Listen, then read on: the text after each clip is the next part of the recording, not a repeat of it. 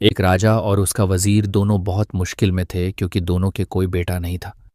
दोनों की यह एक सी मुश्किल उन दोनों को एक दूसरे के और करीब ले आई थी। वे एक दूसरे के साथ ही में खुश रहते। दोनों अलग अलग तो बस कभी कभार ही दिखाई पड़ते। जहां राजा रहता वहीं उसका वजीर भी रहता, और जहां वजीर रहता राजा भी वहीं मिलता। एक सुबह वे दोनों जंगल में शिकार करने गए। वहां उनको एक साधु मिल गया जो आग के सामने बैठा हुआ था। लगता था कि वह पूजा कर रहा था क्योंकि उसने आने वालों की तरफ देखा ही नहीं। राजा बोला, चलो चलकर इससे बात करते हैं, हो सकता है कि यह भला आदमी हमारा कुछ काम कर दे। सो दोनों ने उसके सामने लेट कर उसको प्रणाम किया और अपना दुखड़ा रोया। सिर नीचे झुकाए झुकाए ही साधु बोला, तुम दुखी मत हो, तुम लोग दुखी बिल्कुल मत हो। लो ये 2 आम ले जाओ, एक आम तुम अपनी पत्नी को खिला देना और यह दूसरा आम दूसरे की पत्नी को खिला देना। तुम दोनों की पत्नियों के बच्चे हो जाएंगे।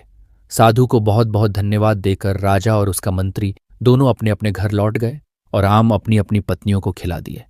ठीक समय पर दोनों ने एक एक लड़के को जन्म दिया।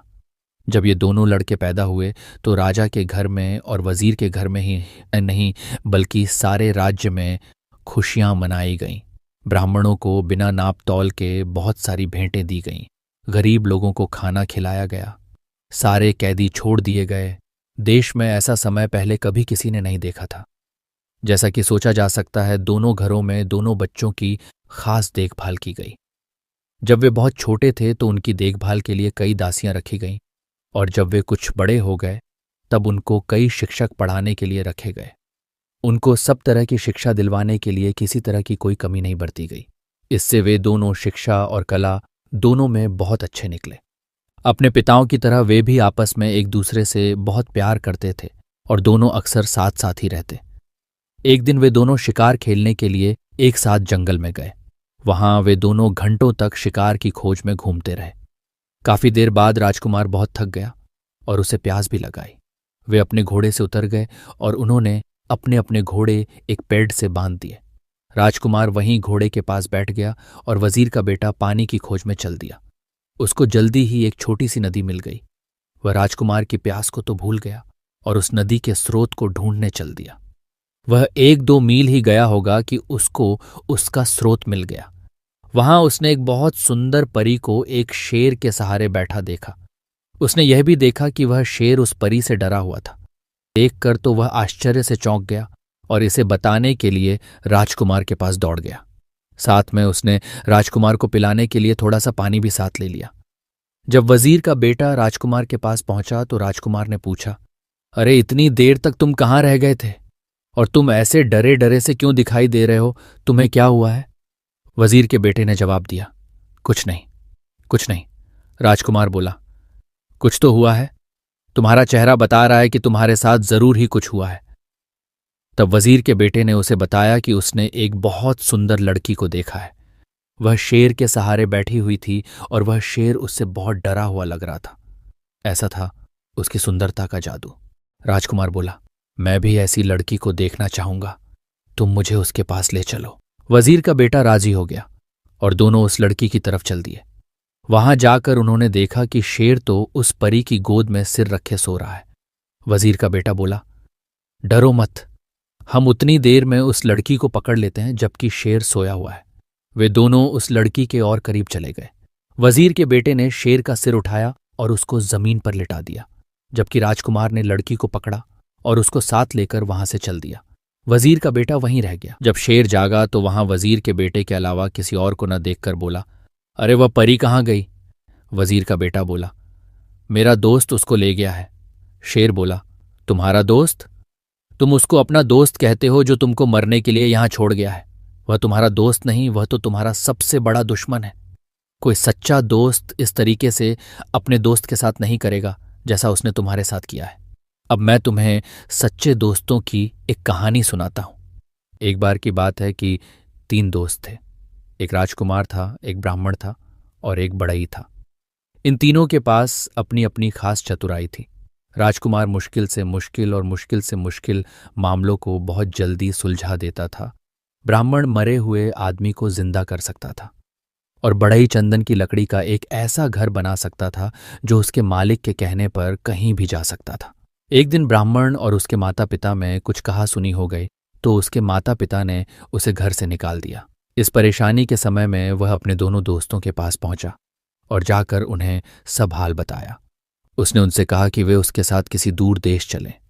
राजकुमार और बड़ई दोनों राजी हो गए और तीनों वह देश छोड़कर वहां से कहीं और चल दिए। वे लोग बहुत दूर नहीं गए थे कि राजकुमार किसी वजह से रुक गया, पर बड़ई और ब्राह्मण आगे चलते रहे। कुछ देर बाद राजकुमार जल्दी जल्दी आगे चला ताकि वह अपने दोस्तों को पकड़ सके, पर बदनसीबी से वह दूसरे रास्ते पर चला गया और उनको न पा सका।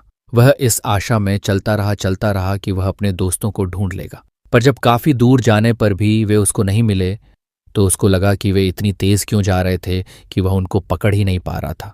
पर इस बीच ब्राह्मण और बड़ई दोनों बहुत ही धीरे चल रहे थे और सोच रहे थे कि राजकुमार अब तक उनको पकड़ क्यों नहीं पाया, वे लोग तो बहुत धीरे धीरे जा रहे थे। आखिर यह सोचकर उन्होंने उसके आने की आशा छोड़ दी कि शायद उसको घर की याद आ रही होगी तो वह घर वापस चला गया होगा। चलते चलते राजकुमार एक बहुत बड़े मैदान में आ निकला जिसके बीच में एक बहुत बड़ी और शानदार मोहल्ले खड़ी थी। उसने सोचा, यहाँ कौन रहता है? यकीनन कोई ताकतवर आदमी ही रहता होगा, मैं जाकर मालूम करता हूँ।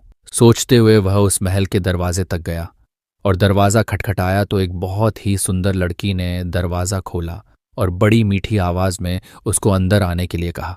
जब वह अंदर आ गया तो वह रो पड़ी। राजकुमार ने उससे उसके रोने की वजह पूछी तो वह बोली, तुम्हारी सुंदरता और तुम्हारी जवानी देखकर मुझे तुम पर दया आती है। अनजाने में ही तुम अपनी मौत के मुंह में आ फंसे हो। तुमने यहाँ आने से पहले यहाँ के बारे में जानने की कोशिश क्यों नहीं की? क्या तुमको पता नहीं कि यहाँ एक राक्षस रहता है जिसने कई मीलों दूर तक के सारे आदमियों को खा लिया है? अफसोस, अब तुम्हें मैं क्या बताऊं, मुझे डर है कि वह तुम्हें भी खा जाएगा। राजकुमार बोला, नहीं नहीं, तुम इतनी नाउम्मीद न हो, धीरज रखो, मुझे उसके बारे में कुछ बताओ तो शायद मेरी जान बच जाए। वह लड़की सिसकते हुए बोली, पर मुझे पता नहीं कि मैं तुम्हारी सुरक्षा के लिए क्या करूं। फिर वह उसको मकान के पीछे वाले कमरे की तरफ ले गई और उसमें रखे एक बड़े बक्से में उसको बंद कर दिया और उससे बोली, अब तुम यहाँ तब तक चुपचाप रहो जब तक मैं यहाँ दोबारा आती हूँ। भगवान तुम्हारी रक्षा करें। शाम को राक्षस लौटा तो उसकी तेज सूंघने की ताकत ने उसे बता दिया कि वहीं कहीं कोई आदमी मौजूद था। उसने लड़की से पूछा कि क्या तुम्हारे अलावा यहाँ कोई और भी आदमी है? कौन है? वह कहाँ है? वह जल्दी बताओ, मुझे बहुत जोर की भूख लगी है। लड़की बोली, लगता है आज तुम्हारी तबीयत ठीक नहीं है। यहाँ कोई आदमी नहीं आया। तुम क्या समझते हो कि यहाँ आने की कोई हिम्मत करेगा जो सारी दुनिया के लिए भयानक है? यह सुनकर राक्षस चुप हो गया। स्त्री ने देखा कि उसके शब्दों का असर उस पर हो गया है तो उसकी हिम्मत और बढ़ता ही गई। उसको उससे मजाक सूझा तो उसने उससे उसकी जिंदगी के बारे में कुछ और जानना चाहा। वह बोली, तुम मुझे रोज इस घर में अकेला छोड़ जाते हो और जब तुम चले जाते हो तो मुझे यही पता नहीं होता कि तुम कब वापस लौटोगे। कभी कभी मुझे लगता है कि शायद तुम कभी वापस नहीं लौटोगे। तब मैं सोचती हूँ कि मैं किधर जाऊंगी, क्या करूंगी। तुम्हारी वजह से लोग मुझसे नफरत करते हैं तो मुझे लगता है कि किसी दिन वे मुझे मार देंगे। तुम ही मुझे बताओ कि क्या मुझे डरने की कोई जरूरत नहीं है? राक्षस बोला, ये रो मत, तुम्हें डरने की कोई जरूरत नहीं है क्योंकि मैं कभी नहीं मरूंगा। फिर उस महल के एक बहुत बड़े खंभे की तरफ इशारा करते हुए वह बोला, जब तक यह खंभा न टूट जाए मैं नहीं मर सकता। और यहाँ कौन है जो यह बात जाने? अगली सुबह जैसे ही राक्षस बाहर गया वह लड़की गई। उसने राजकुमार को आजाद कर दिया और उसको रात वाली सारी बातें बता दी। राजकुमार यह सब सुनकर बहुत खुश हुआ। वह बोला, बस यही समय है, मैं इस खंभे को तोड़ देता हूं और उस राक्षस को मार देता हूं। ऐसा कहकर उसने खंभे को मार मार कर तोड़ दिया जब तक उसके सैकड़ों टुकड़े न हो गए।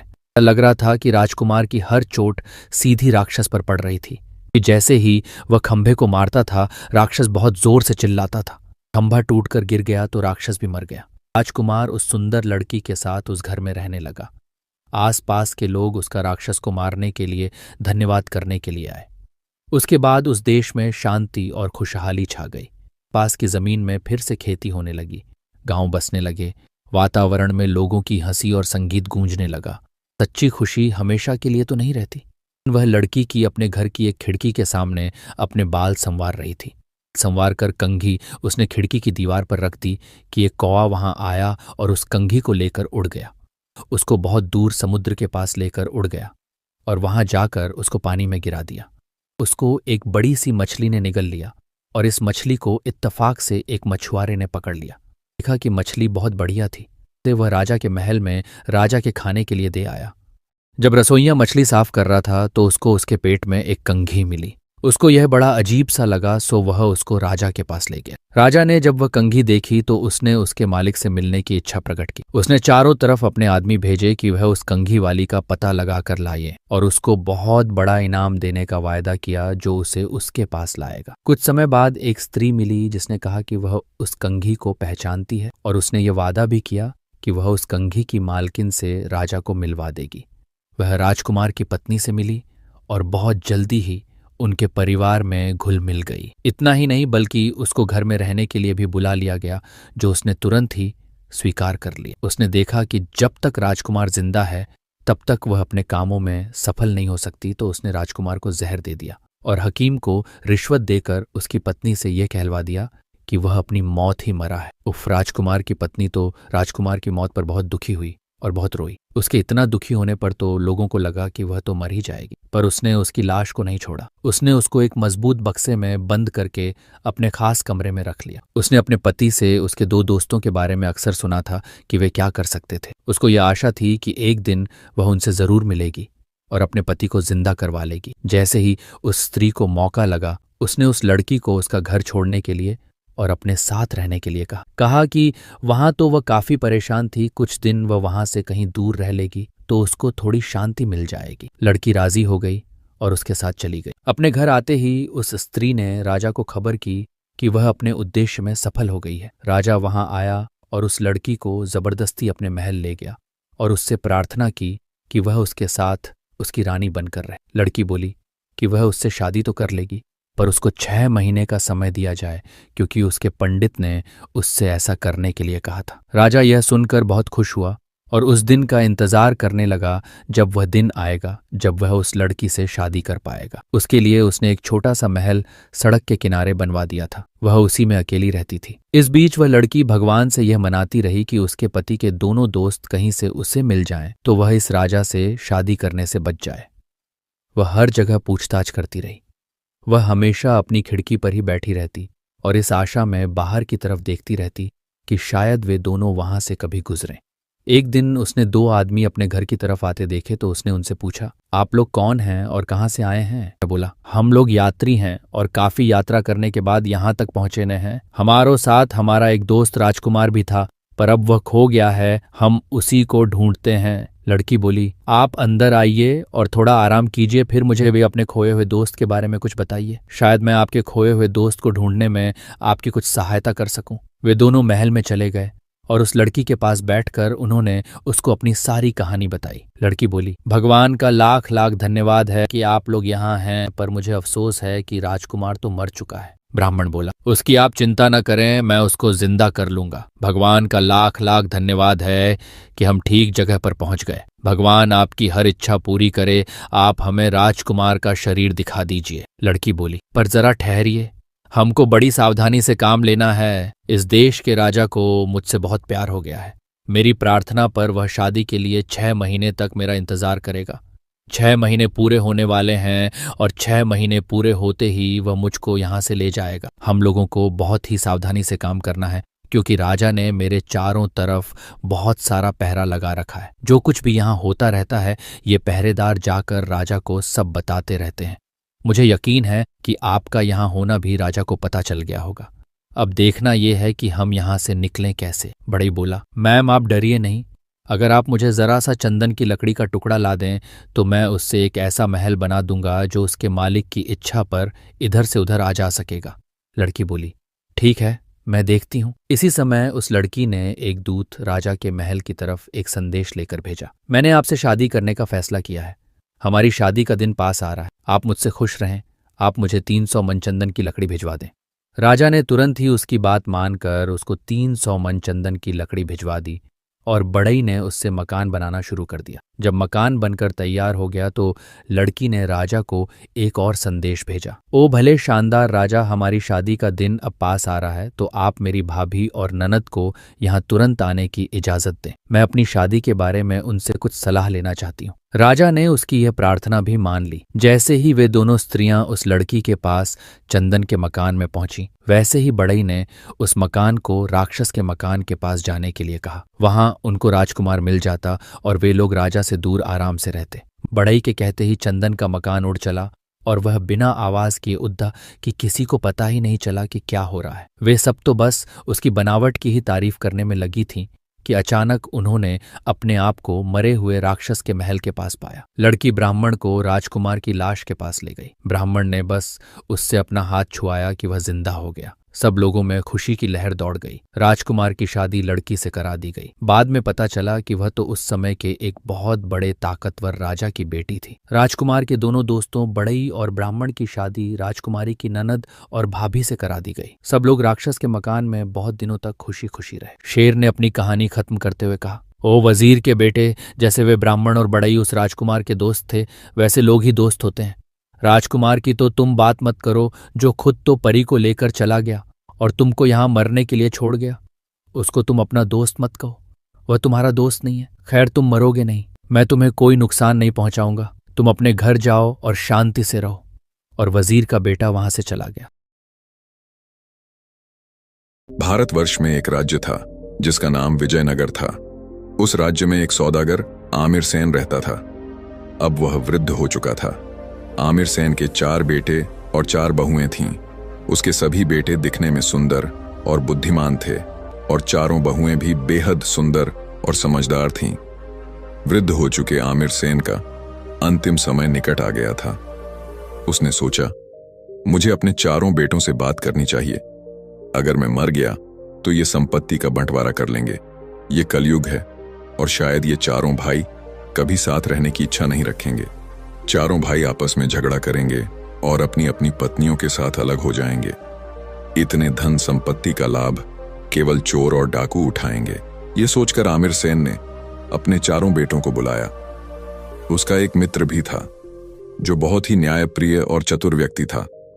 वह सभी स्थितियों को समझने और हल करने में निपुण था। आमिर सेन ने अपने चारों बेटों से कहा, पुत्रों, जब तक मैं जीवित था तब तक तुम्हें किसी बात की चिंता नहीं थी, लेकिन अब मेरा अंतिम समय आ गया है। अगर भविष्य में तुम सब कभी अलग होने की इच्छा व्यक्त करो तो अपने चाचा जी को बुला लेना। वह बहुत चतुर और न्यायप्रिय हैं। वह जो भी फैसला करेंगे वही मानना और उसी के आधार पर अपना जीवन व्यतीत करना। यह कहकर वृद्ध सौदागर ने अपनी अंतिम सांस ली और मृत्यु को प्राप्त हो गया। सौदागर की मृत्यु के बाद उसके सभी बेटों और बहुओं ने बहुत दुख व्यक्त किया और रोने लगे। उन्होंने सौदागर का अंतिम संस्कार किया और दान दक्षिणा देकर अपनी जिंदगी में फिर से खुशी खुशी रहने लगे। चारों पुत्रों में सबसे बड़ा पुत्र बहुत ज्ञानी और विद्वान था। दूसरा पुत्र न्यायप्रिय था और सभी झगड़ों को निपटाने में कुशल था। तीसरा और चौथा पुत्र खेती किसानी का काम करते थे। चारों भाई आपस में मिलजुल कर और खुशी खुशी रहते थे। बड़े 2 भाई अक्सर थोड़े समय के लिए बाहर जाते और फिर घर लौटकर आराम करते। वहीं छोटे 2 भाई सारा दिन खेतों में मेहनत करते और रात में घर आकर खाना खाकर सो जाते। धीरे धीरे सभी ने यह महसूस किया कि बड़े 2 भाई आराम करते हैं, जबकि छोटे 2 भाई दिन रात मेहनत करते हैं। छोटे भाई खेतों में काम को अपना कर्तव्य मानते थे और इसे खुशी खुशी निभाते थे। हालांकि चारों भाई एक दूसरे से प्रेम करते थे।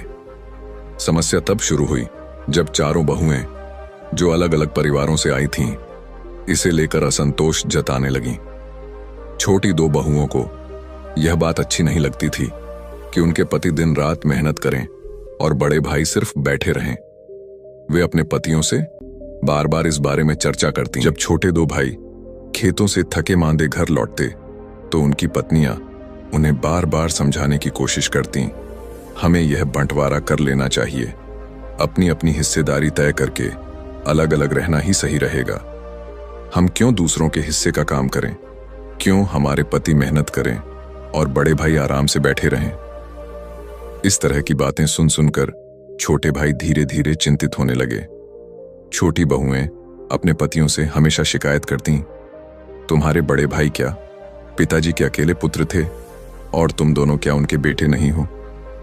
फिर क्यों सिर्फ तुम दोनों काम करते हो और वे आराम करते हैं? यह अन्याय है। हमें अलग हो जाना चाहिए। हमें अपनी मेहनत का सही हिस्सा चाहिए। दोनों छोटे भाई, जो पहले परिवार की एकता को सबसे अधिक महत्व देते थे, इन बातों को बार बार सुनने के कारण अब परेशान हो चुके थे। धीरे धीरे वे भी यह सोचने लगे कि उनकी पत्नियां सही कह रही हैं। वे महसूस करने लगे कि उनका श्रम बेमानी हो रहा है और यह उचित होगा कि वे अलग हो जाएं। अंततः उन्होंने यह निर्णय लिया कि अब उन्हें बंटवारे की बात करनी चाहिए। दोनों छोटे भाइयों ने बड़े भाइयों को बुलाया और उनसे कहा, हमने सोचा है कि अब हमें अलग हो जाना चाहिए। पिताजी ने अपनी मृत्यु के समय कहा था कि अगर कभी ऐसा दिन आए तो हमें चाचा जी को बुलाना चाहिए। चाचा जी ही हमारी संपत्ति का बंटवारा न्यायपूर्वक करेंगे। इसीलिए हम यह निर्णय ले रहे हैं कि अब अलग होकर अपनी अपनी जिंदगी शुरू करें। चारों भाइयों ने इस बात पर सहमति जताई और सभी बहुओं ने भी इसे स्वीकार कर लिया।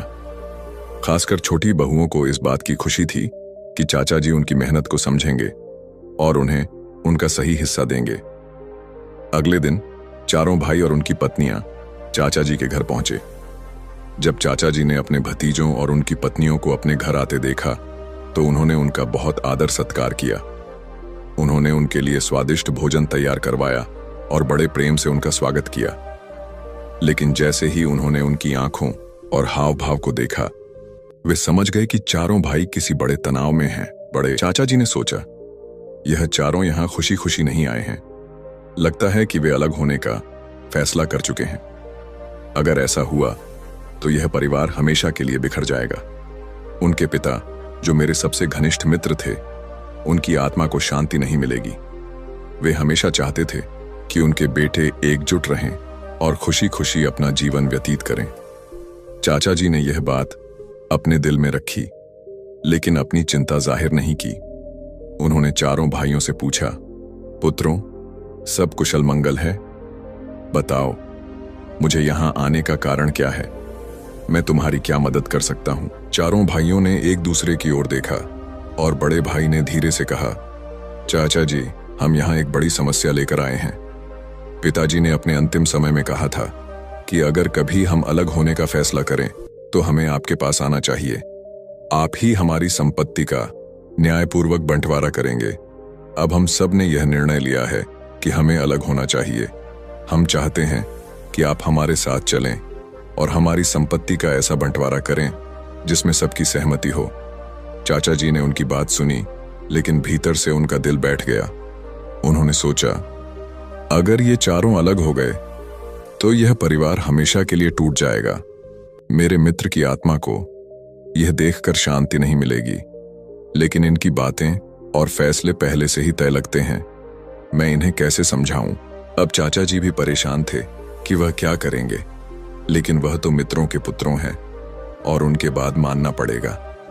चाचा जी ने सभी भाइयों और उनकी पत्नियों की बातें ध्यान से सुनी और बोले, तुम्हारे पिताजी वास्तव में एक दूरदर्शी व्यक्ति थे। कल रात वे मुझे सपने में आए थे और उन्होंने बताया था कि उनके पुत्र और पुत्रवधुएं अब अलग होना चाहते हैं। उन्होंने मुझसे कहा कि अगर ऐसा दिन आए तो मैं तुम्हारी मदद करूं। लेकिन उन्होंने एक बात और कही, यह बंटवारा तभी सफल होगा जब इसे भगवान की कृपा और आशीर्वाद के साथ किया जाए। इसलिए मेरी एक शर्त है, हम पहले भगवान का दर्शन करेंगे और फिर तुम्हारे घर लौटकर तुम्हारी संपत्ति का बंटवारा करेंगे। क्या तुम सबको यह स्वीकार है? सभी ने सहमति में सिर हिलाया। बड़े भाई ने कहा, आप सही कह रहे हैं चाचा जी। भगवान का आशीर्वाद लेकर ही यह काम करना उचित होगा। हम सब आपके साथ हैं। अब सभी भाई बहुएं और चाचा जी पास के मंदिर की ओर चल पड़े। भगवान के दर्शन के दौरान चाचा जी ने भगवान से प्रार्थना की और उनसे मार्गदर्शन मांगा। उनकी आंखें बंद थीं और उनके मन में एक विचार आया, एक ऐसा उपाय जिससे परिवार की एकता बनी रहे और बंटवारे का सवाल ही खत्म हो जाए। दर्शन के बाद वे सभी घर लौटने लगे। रास्ते में एक बड़ा और घना पेड़ दिखाई दिया। चाचा जी ने कहा, हम सब थके हुए हैं और भूख से परेशान हैं। चलो थोड़ी देर इस पेड़ के नीचे आराम करते हैं और फिर घर चलते हैं। सभी ने उनकी बात मान ली और पेड़ के नीचे बैठ गए। जब सबने अपने अपने साथ लाया हुआ खाना निकालने की कोशिश की तो उन्होंने देखा कि उनके खाने के पोटले गायब हैं। सभी घबरा गए और इधर उधर ढूंढने लगे, लेकिन कहीं कुछ नहीं मिला। बड़े भाई ने कहा, अब क्या करें, हम भूखे हैं और घर से इतनी दूर हैं, बिना खाए तो चलना भी मुश्किल है। चारों भाई और उनकी पत्नियां भूख और थकावट के कारण परेशान और उदास हो गए। बहुएं रोने लगीं और भाइयों के चेहरों पर भी चिंता साफ झलक रही थी। यह देखकर चाचा जी बोले, पुत्रों और पुत्रवधुओं, रोने से कुछ भी हल नहीं होगा। तुम सब तो चतुर और कर्मठ हो। इस समस्या का समाधान रोने में नहीं बल्कि कुछ करने में है। हमारा घर यहाँ से बहुत दूर है और आसपास कोई गांव भी दिखाई नहीं दे रहा। इसलिए अब चारों भाई अलग अलग दिशाओं में जाओ और अपने अपने कौशल और मेहनत से जो भी भोजन या मदद प्राप्त कर सकते हो लेकर आओ। हम यहाँ भगवान की भक्ति करेंगे और तुम्हारे लौटने का इंतजार करेंगे। जब तुम सब लौट आओगे तो खाना खाकर हम तुम्हारे घर जाएंगे और संपत्ति का बंटवारा कर देंगे। चाचा जी की बात सुनकर चारों भाइयों ने सहमति जताई। सबसे छोटा भाई खेती में सबसे अधिक निपुण और परिश्रमी था। वह पूर्व दिशा में यह उम्मीद लेकर चल पड़ा कि उसे वहां कुछ न कुछ मदद या खाना अवश्य मिलेगा। चलते चलते वह एक ऐसी जगह पहुंचा जहां कुछ किसान अपनी खेतों में मेहनत कर रहे थे, लेकिन उनका काम रुक गया था। उनके पास 2 बड़े और शक्तिशाली बैल थे, लेकिन किसी कारणवश खेती सही से नहीं हो पा रही थी। किसान बहुत परेशान और थके हुए लग रहे थे। छोटा भाई यह सब देख रहा था। उसने उनसे पूछा, भाइयों, आप लोग इतनी मेहनत के बावजूद खेत में सही से काम क्यों नहीं कर पा रहे? उनमें से एक किसान ने गहरी सांस लेते हुए कहा, भाई, हम पूरी कोशिश कर रहे हैं, लेकिन बैल हमारी बात नहीं मान रहे। हमारे खेत तैयार नहीं हो पा रहे। हमें नहीं लगता कि हम इस काम को पूरा कर पाएंगे। छोटा भाई मुस्कुराया और बोला, क्या आप लोग मुझे यह काम करने देंगे? मैं आपके खेत को सही से जोत दूंगा। आपके बैल मेरी बात मानेंगे और मैं समय पर यह काम खत्म कर दूंगा। यह सुनकर किसान चौंक गए। उन्होंने अविश्वास भरे स्वर में कहा, तुम ऐसा कैसे कर सकते हो? हम तो लंबे समय से खेती कर रहे हैं और हमारे लिए यह काम असंभव हो गया है। तुम कौन हो जो यह कह रहे हो कि तुम इसे कर सकते हो? ठीक है, अगर तुम्हें इतना भरोसा है तो करके दिखाओ। छोटे भाई ने कहा, ठीक है, मैं तुम्हें दिखा दूंगा कि यह काम कैसे होता है। छोटे भाई ने किसान से कहा, अगर मैं तुम्हारी खेती का काम समाप्त कर दूं तो तुम मुझे क्या दोगे? किसान ने उत्तर दिया, जो तुम चाहोगे मैं तुम्हें वही दूंगा, बस मेरे खेत की समस्या हल कर दो। यह सुनकर छोटे भाई ने मुस्कुराते हुए कहा, ठीक है, मुझे कुछ चावल, दाल, सब्जियां और कुछ लकड़ियां चाहिए। अगर तुम यह सब जुटा सकते हो तो जाओ और इन्हें लेकर आओ। तब तक मैं तुम्हारी खेती का काम समाप्त कर दूंगा। किसान यह सुनते ही खुशी खुशी आवश्यक सामान जुटाने चला गया। इधर छोटा भाई बैलों को अपने अनुभव और मेहनत से नियंत्रित करते हुए खेत को जोतने लगा। वह इतनी कुशलता से काम कर रहा था कि देखते ही देखते पूरा खेत तैयार हो गया। जब किसान वापस आया तो उसने देखा कि उसका काम पूरा हो चुका है और छोटा भाई एक पेड़ के नीचे बैठा गाना गा रहा था। यह देखकर किसान दंग रह गया। उसने कहा, भाई, तुम सचमुच बहुत मेहनती और ईमानदार हो। यह रहा वह सामान जो तुमने मांगा था। अब इसे लेकर खुशी खुशी जाओ। छोटे भाई ने किसान का धन्यवाद किया, सामान को समेटा और वापस विशाल पेड़ के पास लौट आया, जहां चाचा जी, उसके अन्य भाई और उनकी पत्नियां पहले से बैठे हुए थे। तीसरा भाई पश्चिम दिशा की ओर निकल पड़ा। चलते चलते वह एक जगह पहुंचा जहां उसने देखा कि 5 आदमी खड़े होकर आपस में गंभीर बातें कर रहे थे। वह चुपचाप उनके पास गया और ध्यान से उनकी बातें सुनने लगा। उनमें से एक व्यक्ति कह रहा था, यह खेत हमेशा सूखा रहता है। पानी की व्यवस्था न होने के कारण यहाँ कभी भी अच्छी फसल नहीं होती, लेकिन राजा हर साल कर वसूलने आ जाता है। हमें तो इस खेत से कुछ भी लाभ नहीं मिलता। अब बताओ, हम राजा को कर कहां से देंगे? तीसरे भाई ने उनकी समस्या सुनकर कहा, मैं इस समस्या का हल निकाल सकता हूं, लेकिन मुझे बताओ, अगर मैं तुम्हारी यह समस्या हल कर दूं तो तुम मुझे बदले में क्या दोगे? यह सुनकर सभी आदमी ने कहा, अगर तुम इस समस्या का हल निकाल सकते हो तो हम तुम्हें सोने के सिक्के दे सकते हैं। यह सुनकर सौदागर के पुत्र ने सोचा और बोला, अगर इस खेत में फसल नहीं हो रहा है तो तुम गायों की गोबर को ले आओ और उसे रसगुल्ले की तरह गोल गोल बना लो। फिर उसके अंदर फसल के बीज रख दो और उसे खेत में डाल दो। उसके बाद खेत में पानी दे दो। अब वह गोबर की गोलियां पानी में डूबकर मिट्टी में समा जाएंगी और फसल बहुत अच्छे से उगने लगेगी। यह बात सभी को बहुत पसंद आई और उन्होंने तीसरे भाई को धन्यवाद देते हुए उसे सोने के सिक्के दिए। सभी ने खुशी खुशी विदाई दी। वो सिक्के लेकर बाजार चला गया और खाने के लिए कुछ सामान इकट्ठा किया। फिर खाना लेकर लौटते हुए उस पेड़ के नीचे गया जहां उसकी पत्नी, भाइयों की पत्नियां और चाचा जी बैठे हुए थे। अब दूसरे भाई की बारी थी। वह उत्तर दिशा की ओर चल पड़ा। वह थोड़ा घबराया हुआ था क्योंकि उसके पास कोई खास योजना नहीं थी, लेकिन उसने सोचा कि अपनी यात्रा पूरी करनी चाहिए। वह चलते चलते एक बरगद के पेड़ के नीचे रुका जहां उसे एक व्यक्ति रोते हुए दिखाई दिया। वह आदमी दिखाई में एक जमींदार या सौदागर का बेटा लग रहा था। दूसरे भाई ने उसके पास जाकर पूछा, तुम कौन हो और यहाँ क्यों रो रहे हो? आदमी ने आंसुओं के साथ अपनी दुख भरी कहानी को साझा करते हुए कहा, मैं एक जमींदार का बेटा हूं और मेरे साथ के भाइयों ने मुझे अलग कर दिया। घर के बंटवारे के बाद एक बिल्ली बची थी और सबने फैसला किया कि यही बिल्ली हमारी संपत्ति का हिस्सा है। हमारे बीच इस बिल्ली को लेकर विवाद हुआ और कुछ लोगों ने कहा कि इसका आधा हिस्सा उनका है, तो किसी ने कहा कि उनका। फिर एक आदमी उस बिल्ली का चारों पैर को हम चारों भाइयों से बंटवार कर दिया। बंटवारे के बाद इस बिल्ली का एक पैर टूट गया।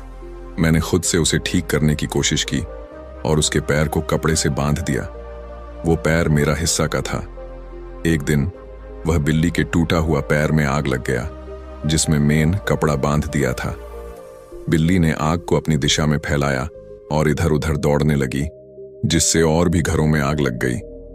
आखिरकार 4 घर जलकर खाक हो गए। अब ये घटनाएं एक न्याय सभा में उठाई गईं।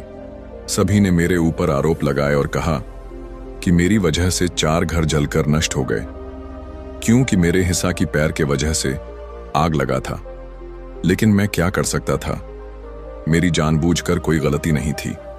अगर मैं उन घरों को फिर से बनवाने के लिए पैसे दूं तो मुझे अपनी सारी संपत्ति गंवानी पड़ेगी और मैं दरिद्र हो जाऊंगा। मेरे पास अब कोई रास्ता नहीं बचा है और इस संकट से बाहर निकलने का कोई तरीका नहीं दिखाई दे रहा है। आदमी के आंसू फिर से बहने लगे। यह सुनकर सौदागर के दूसरे पुत्र ने उससे पूछा, अगर मैं तुम्हारी समस्या का हल निकाल दूं तो क्या तुम मुझे कोई इनाम दोगे? आदमी ने जवाब दिया, अगर तुम मेरी मदद कर सकते हो तो मैं तुम्हें 500 सोने की सिक्के दूंगा। बस मेरी मदद करो। सौदागर का बेटा, जो बेहद समझदार था, कहने लगा, ठीक है, तुम सभी को इकट्ठा करो और मुझे बताओ कि क्या हुआ है। मैं यह समस्या हल करने के लिए कदम उठाऊंगा। सौदागर का दूसरा पुत्र वहां पहुंचा जहां सभी लोग इकट्ठा हुए थे। सभी ने उसे बोला कि तुम यहां क्या करने आए हो? इस समस्या का समाधान कल ही तय हो गया था कि यह सबका जिम्मेदारी है।